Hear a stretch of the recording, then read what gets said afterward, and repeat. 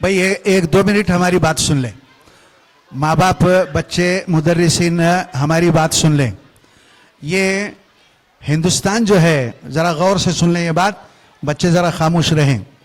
हिंदुस्तान में मुसलमानों के ऊपर जिस अंदाज के हालात मंडला रहे हैं कि वो एनआरसी होगा और पता नहीं क्या क्या होगा, इससे बचने का बड़ा रास्ता जो है वोटर आईडी है। वोटर आईडी है। हमने ये देखा है कि मुसलमानों के पास वोटर आईडी नहीं है। शहर में तो कुछ ऐसा होता है, लेकिन इसके बावजूद शहर में भी वोटर आईडी मुसलमान के पास नहीं है। हमने आज से एक तीन चार महीने पहले एक एनजीओ को हायर करके हमारे 15-16 हलके हैं, हर हलके में घर घर जाकर के ये बना लिए हैं। लेकिन इसके बावजूद भी पहले हमारी वोटर आईडी जो है 63,000 थी, एक मरतबा मेहनत करे तो 90,000 हो गई, और फिर मेहनत करे तो 1,10,000 हमारे शहर में मुसलमानों की वोटर आईडी है। लेकिन हमारा अंदाज़ा यह है कि अभी 25,000 कम से कम ऐसे मुसलमान भाई बहनें हैं जिनका वोटर आईडी नहीं है। तो उसके लिए तहरीक चल रही है, उसके लिए काम चल रहा है। आपके पास आए तो आप ये समझें कि इनका एहसान है। हमारी माएँ बहनें समझती नहीं, वोटर आईडी की अहमियत नहीं समझती हैं, जिसकी वजह से आइंदा अगर डिटेंशन कैंप बन के तैयार है और फिर वोटर आईडी नहीं रहा तो बीवी डिटेंशन कैंप में है, जेल में है, और शोहर बाहर है, शोहर जेल में है और बीवी बाहर है। ऐसे हालात पैदा करने की कोशिश की जा रही है। दो काम करने हैं, एक तो ये कि अपना वोटर आईडी बना लेना, और दूसरी बात ये है कि एहतिमाम से वोट डालना। हम ये नहीं कहते कि ये पार्टी को वोट दो, वो पार्टी को वोट मत दो, लेकिन ये है कि कम से कम आपका वोट कास्ट होना चाहिए।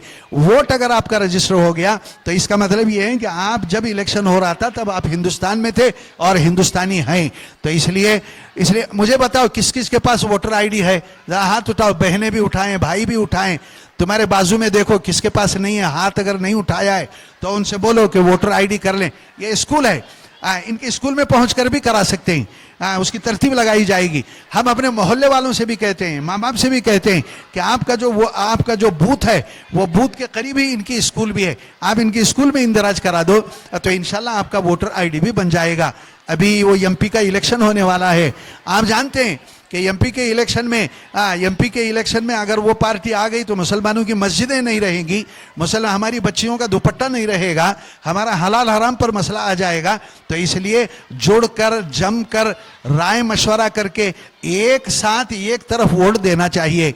इसका तजुर्बा कर्नाटक के अंदर हुआ। हमने पूरे कर्नाटक में सफ़र किया, हमारे साथ ये मौलाना भी थे। पूरे कर्नाटक में मुसलमानों को इसकी तरगीब दी गई, और अल्लाह का करम यह है कि उसका बहुत अच्छा नतीजा भी निकला है, जिसकी वजह से हम इज्तिमात कर सक रहे हैं, मस्जिदों में लाउड स्पीकर पे अजान दे रहे हैं, हमारी बच्चियाँ अपने दुपट्टे के साथ जा रहे हैं। हम कोशिश कर रहे हैं कि ये मसला भी अल्लाह हल कर दे, लेकिन उसमें आवाम का ताउन चाहिए। अगर किसी के पास वोटर आईडी नहीं है, आपके पास नहीं है, आपके किसी रिश्तेदार के पास नहीं है, तो इसी स्कूल में जाकर के हजरत मौलाना और ये लोग हैं, इनके साथ में ज़रा बैठें। अल्लाह पाक आपकी हिफाजत के लिए ये बंदोबस्त कर रहे हैं। अल्लाह सबको अमल करने की तौफीक अता फरमाए।